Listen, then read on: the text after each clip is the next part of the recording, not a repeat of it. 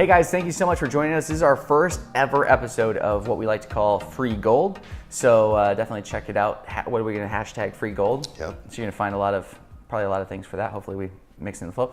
And every video we know online that's worth watching is sponsored by somebody, but we're not sponsored by anybody because nobody knew we were going to do this. So we're going to sponsor ourselves with Trader Joe's apple cider scented foaming soap. It smells amazing. Fantastic. I'm telling you guys right now, this is like putting fall right in the palm of your hand. So check that out if you guys are at Trader Joe's. Thank you for unofficially sponsoring first episode of Free Gold. So here's what we're going to do. We're going to answer 3 questions that we got from a chamber event that we were at this week. And the first one is a monster question. So obviously we're not going to be able to go into detail. We are, by the way, in the center of our office with 4 cameras, 3 lights, 2 mics, and a ton of traffic probably between. So you might see some people. You might hear some weird things. Apologize for that. And you might just stop hearing me altogether because I don't know if this mic's going to work. So first question, let's dive right into it. All right, this gentleman is just starting out with a brand new business. He has no idea what to do for marketing, doesn't have an online presence whatsoever. Nobody knows he exists. Go. All right. Like, what's the first thing you should do? I know, right? First thing you should do is ask yourself the question, what's the first thing I should do? Yep. The second thing you should then do is hire us. No, but if you can't do that, I mean, I could answer that question. I could spend a whole nother video on that. But I think the best place to start is local listings. And if you guys don't know what that is, definitely reach out. But in a nutshell, just making sure that you're set up on Google, Yahoo, Bing, right? The top 3. And then there's about 60 to 70 other directories online that you should be found and have information on as well. That's definitely the foundation to every business, whether you have a website, whether you plan on setting up and utilizing social media, or whether you're just brick and mortar or running something from your home. It's going to allow people to find you when they search for your services rather than your business name. Gotcha. Okay. So I'm assuming you're talking about really when we first start up in business, we haven't marketed it at all yet, but you have a sphere of people who know who you are. And so this is more about, hey, if I know Devin's Plumbing Service just got started and I tell my friend, or I recommend you, now you can at least go find Devin's Plumbing Service online somewhere. You can get my phone number now. Yep. That's really the point. And it does a lot. I mean, it really builds to credibility. The days of, hey, go to, where'd you get your oil changed at? Oh, John's Automotive. Okay, well, let me just drive down there. Those days are gone. People want to look you up. They want to see, if you're a reputable business. They want to see work that you've done in the past. And really, they want to see if your values a lot of times line up with what they're looking for. I'm glad you said that. I think that's a great segue. So like the second thing I would recommend you do is become a reputable business. And you've only been in business a day. So how do you do that? I think obviously you had some sort of a journey getting your doors open.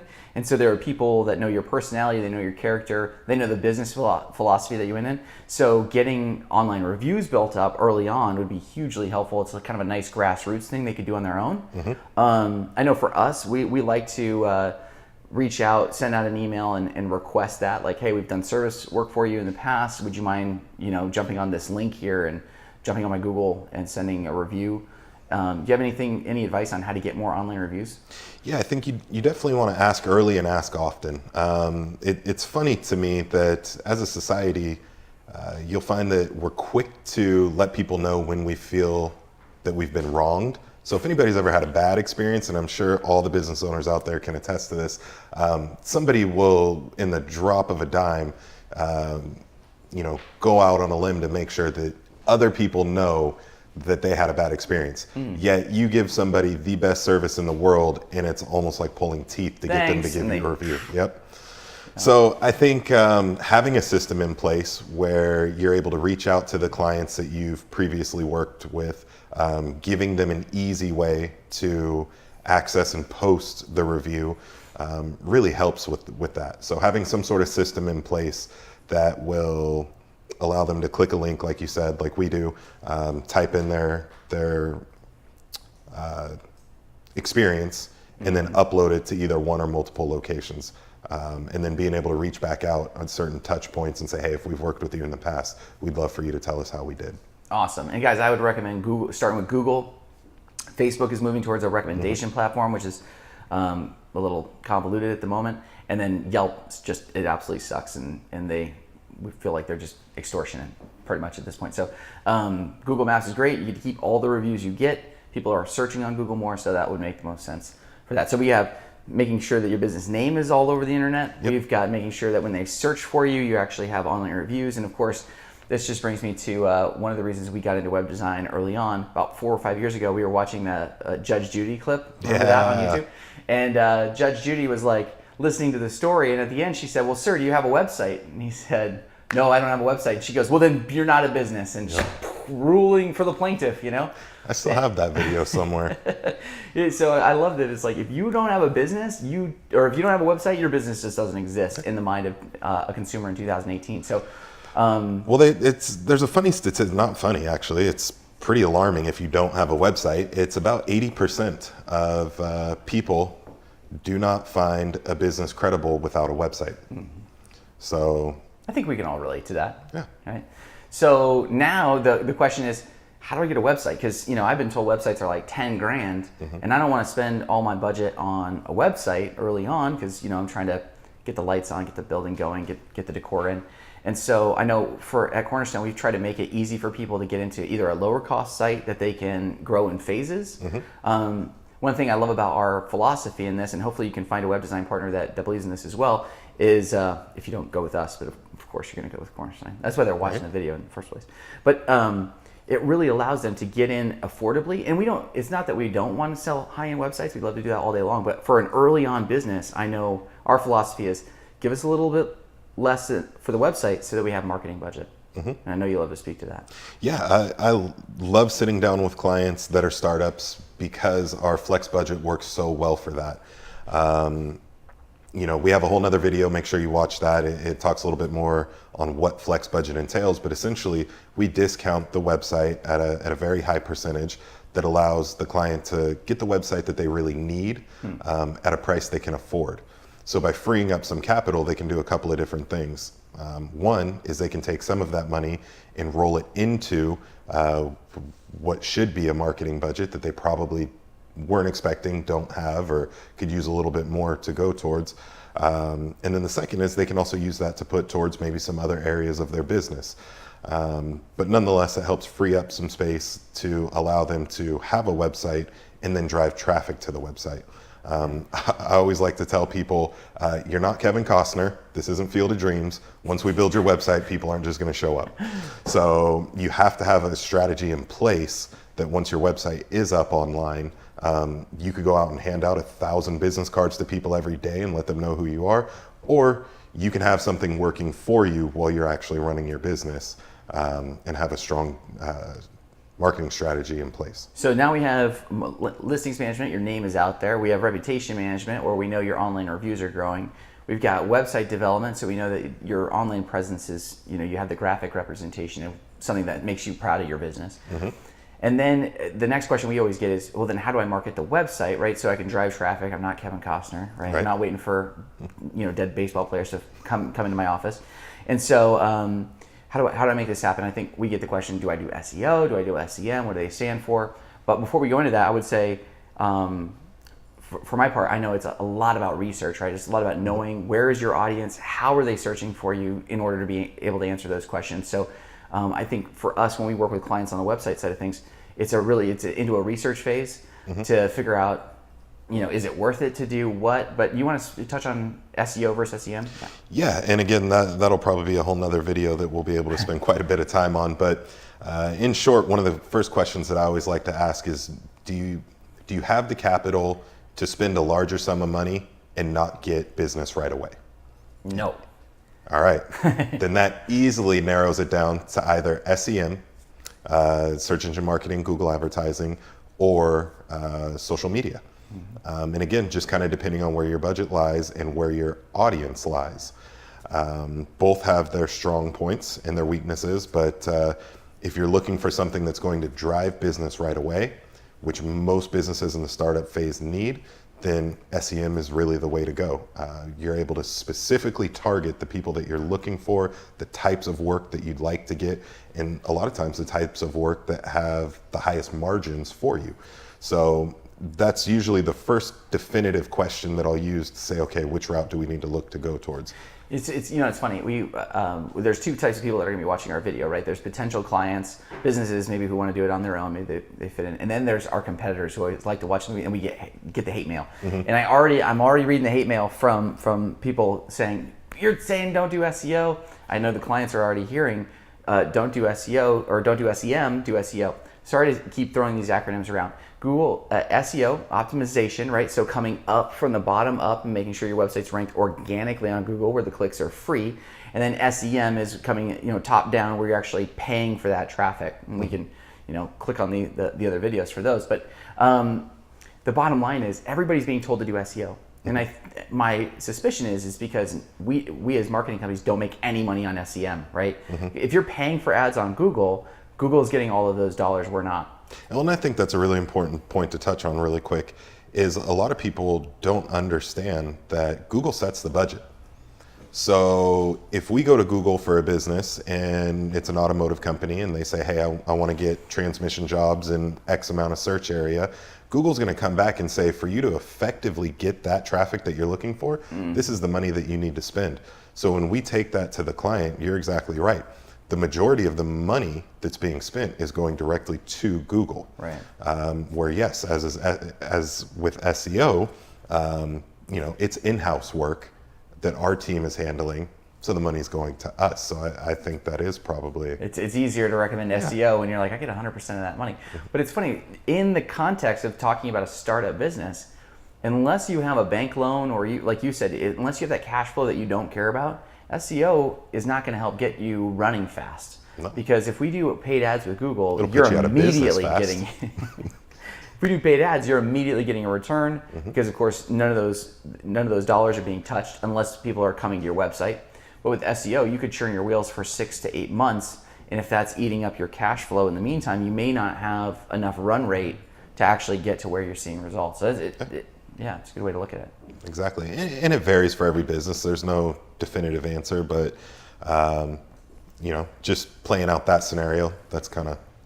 Yeah, I like it. So if we have cash flow on hand, we recommend doing both. And if we don't and we need a fast start, we recommend doing Google ads. Yep. But this is all, the caveat is, did the research point to, are people searching on Google for you? If they're not, like let's look at Feed Me, Fight Me, one of our big apparel clients. They don't have any Google SEO going. We are doing ads now, but we're doing it for their competition, right? Not for keywords. Well, again, so that's kind of interesting. Yeah, it just comes down to strategizing and what's working best. They see a lot of return on social media, specifically Instagram. It's really just finding out not only what you have to work with in terms of capital, but also where are your clients searching. I know you had mentioned, hey, we should hop on a Facebook Live, and they basically laughed because they were we're all on Instagram, man. Facebook, what are you, 60 years old? Yeah, and I mean, for them, almost all of their business is from Instagram. Yeah. So, but I think the one thing that we're pointing out when it comes to marketing is these are big dollar items, and they're being told to do these things by salespeople typically, not business consultants, not marketing consultants. Right. And of course, as we know from being in the industry for a long time, if you look at a salesperson's card, what does it say? It says marketing consultant on it now, right? But they're not consulting anything. They're commission-paid salespeople who are selling us a select, set of products or services, and their commission varies from that. So it's very biased as to what you're being told to do for your business. And the problem I find with startups specifically is they have a very finite budget, and if they get bad advice in the beginning, that budget's gone by the time they end up finding better advice, and now it's bad news bears. Yeah, they don't want to spend any money, or they want to spend very little, a lot of times less than they should, because they got burned in the past, so it becomes well, show me your value. Well, unfortunately, if Google recommends you spend $1,000 a month and you say, hey, I'm going to give your business $250 to see what you guys can do for me, it's not going to work. And I have no problem telling a business owner, this is what Google recommends. Now, if you want to come in at the amount that's what you feel comfortable with, we can look at changing some parameters. But if you're looking to take over this specific area with that specific service, you're going to want to jump in with both feet. Right. Otherwise, give me your $250 and let's go play golf and grab lunch, because it's it's going to be a better use of it than putting it into Google and seeing zero return. You threw out some stats this morning on sales experience. What were those again? I forget. Yeah, it was 77%, and I'll have to put the source down below. But it was 77% of business owners stated that they felt that the meeting they had with a salesperson was not worth their time. So a complete waste of time. 77%. So we'll say out of 100 business owners, 77 of them said meeting with a marketing consultant was a waste of their time. The other one was 8%. Now this is a different group. 8% said that they felt like the business consultant had a strong grasp of their business and what it entails after the meeting that they had. They had a meeting and 92% of them didn't feel like the consultant actually understood their business. Correct. So I think that just goes back to when I heard that this morning, I thought that hits to the heart of Cornerstone, right? Because we're all about trying to understand the business model and what your goals are. We had an IT guy in here earlier, and when I, just looking at him, I thought, well, maybe he wants a 3 to 4 employee business. No, he wants to grow to 10 million. He doesn't want to be a field guy. He wants to have a fleet of vans. This was just the prototype van. And all of a sudden you start to go like, okay, my advice to you is very different now that you're scaling to that level versus just a chuck in a truck driving around fixing wires. Like it's so if you don't ask those questions up front and you jump right into like, oh, I get better commission if I sell this product. Yeah. It's dangerous territory. It is. It's like the tree service we worked with where we're already doing SEO for him. We're seeing great results. And he asked, do I need to pay you more money to speed the process up? And we're like, whoa, pump the brakes. We need, we're 2-3 months in. We need to make sure that we're getting everything right for you now, and we can always scale it as we go. So that's a good point. This week alone, we've told 3 people that wanted SEO not to do it. Yep. At least not to do it right now. Right now, yeah, that's true. Although we did tell the one company not to do it at all because we're doubling down on their social media presence and then doing retargeting ads, which is a whole other thing. But I think that helps scale up most startups into a profitable phase where they're now growing. And then really the only thing I would add on to that is we mentioned analytics. You got to have the numbers. Like if you don't have the numbers dialed in to call rail, which is what we use for call tracking, if you don't have those kind of data points, you can't tell whether your organic results are bringing you phone calls, your ads are bringing you phone calls, social media is bringing you phone calls, your lead pages are bringing you phone calls, and the phone calls are really what it's all about. So you can't measure what you can't track. So yeah, whatever type of marketing or advertising you're doing or whatever company you're working with, make sure you have analytics and metrics to back what it is that you're doing.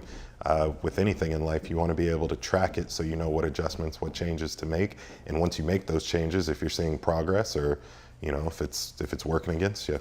Awesome. So I think holistically, we've kind of covered, there's so many more avenues you can go off on, but that's a pretty nice nutshell of if everybody listening could say, hey, I checked that box. I have listings. I have my reputation. I'm asking for reviews often, early and often is what you said. Yep. If I got a great website that's converting and I actually have the analytics to show me my bounce rate's low, my traffic is high, and I have call tracking to show me I'm getting phone calls from it. Guys, don't be scared of call tracking, right? We have a lot of clients that are like, no, I know my number's, it's a vanity number. It's like, well, that's great. Throw that on your van. But we also have an office next to trains. I don't know if you knew that. Downtown Troutdale, come check us out. But, basically, I can't remember my mom's cell phone number. So, don't shy away from online tracking numbers. You own them. You can control them. You can keep them with you through companies. So, and then from there, have the analytics to make sure if you're going SEM, you can track it. You know that it's working. Don't jump into long-term contracts would be another nice add-in to that. And for crying out loud, pick a company that you feel like has your best interest at heart and is helping you grow. And they understand your scale and your business scope. Do you have anything? And really, really the only thing I would add to that is if you're working with a company, whether it be for SEM, SEO, any service outside of a standard website, ask them about maintenance fees. I think it's very important. And again, we could spend a whole nother free gold on that.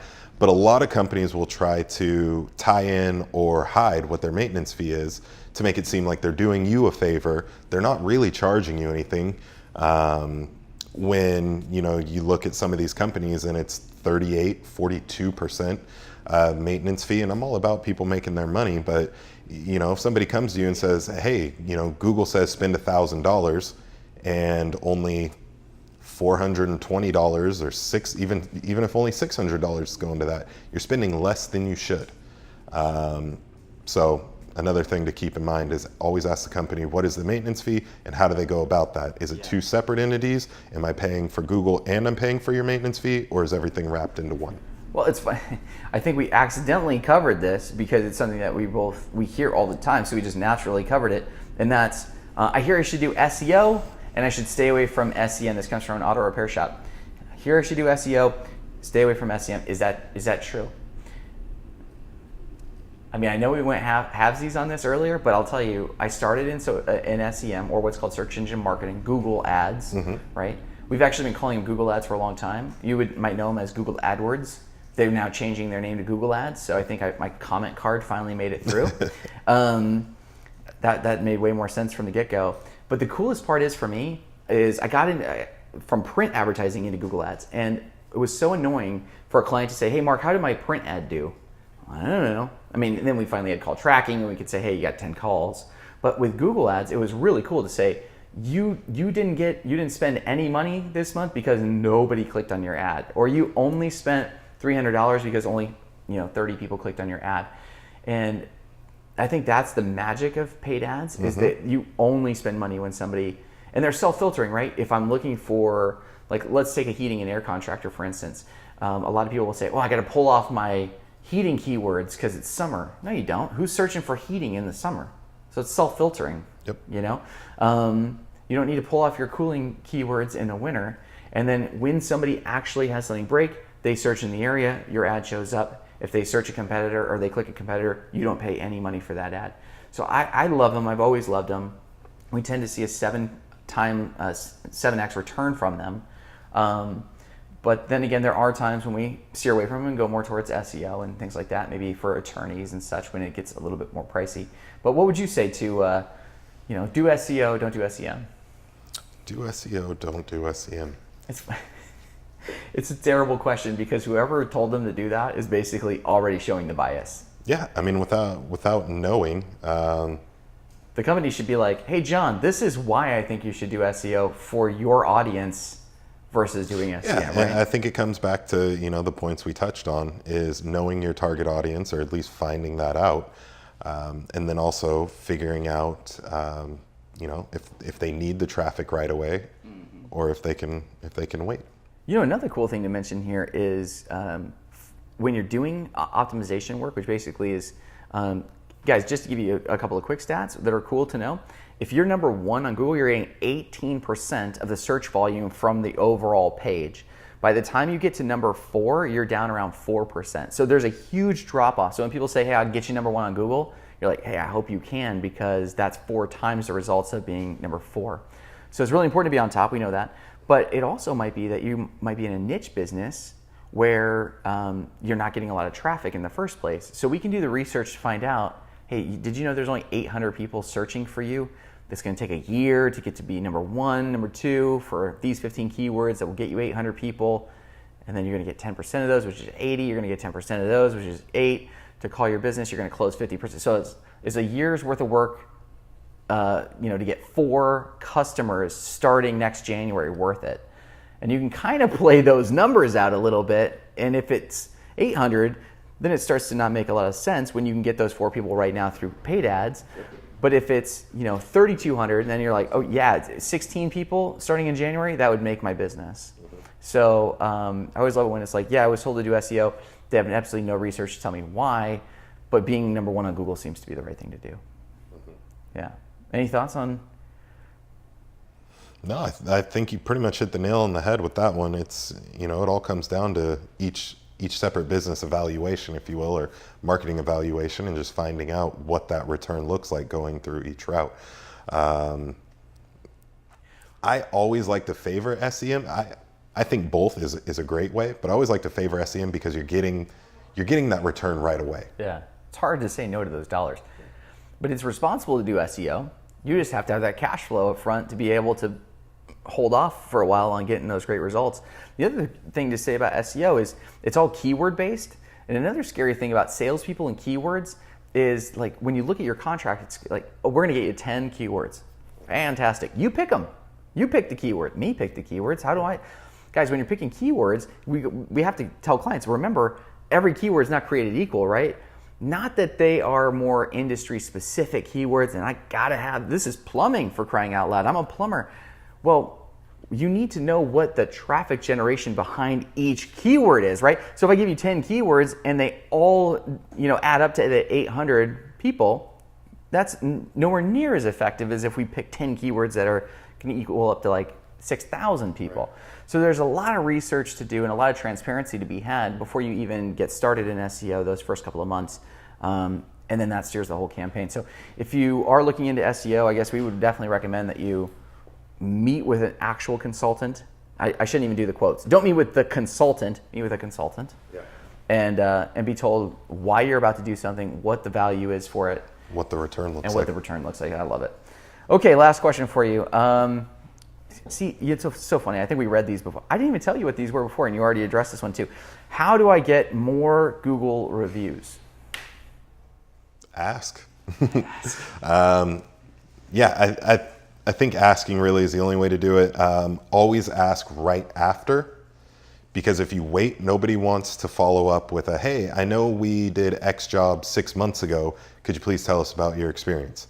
The likelihood of getting that person to review you is slim to none. So make sure that if you're in a business where you have multiple people, installers, or whatever the case may be, that all of those people are on board with how you plan on generating reviews.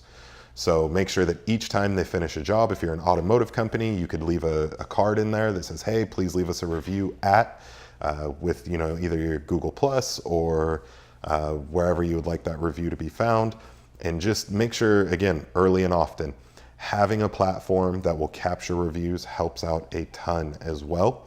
Not only does it mitigate some of the negative responses and allows that direct owner to client conversation to happen, but it gives them an easy way to be able to not only post a review in one location, but multiple. Nice. I know we've had success sending direct emails that are personalized. We've had success with our automated platform, which if you want to know more about, you can click the link below, or maybe Kyle can put it where my finger is. I don't know. That's your job. But that would automate the process so that you can continue to ask behind the scenes. I think both have been really effective for us. But like you said, ask early, ask often, and if you, for crying out loud, ask multiple times. You did a great job. They may have forgotten. We all know how emails slip by. So, hopefully that gives them some answers on those three questions. We'll be back for another episode of Free Goal hopefully next week if we can get all this equipment set back up. And hopefully you guys enjoyed it. You got something out of it. If you have questions, the link down below will lead you to a landing page where you can submit those questions and we'll answer them on Free Goal. So, thanks for joining us.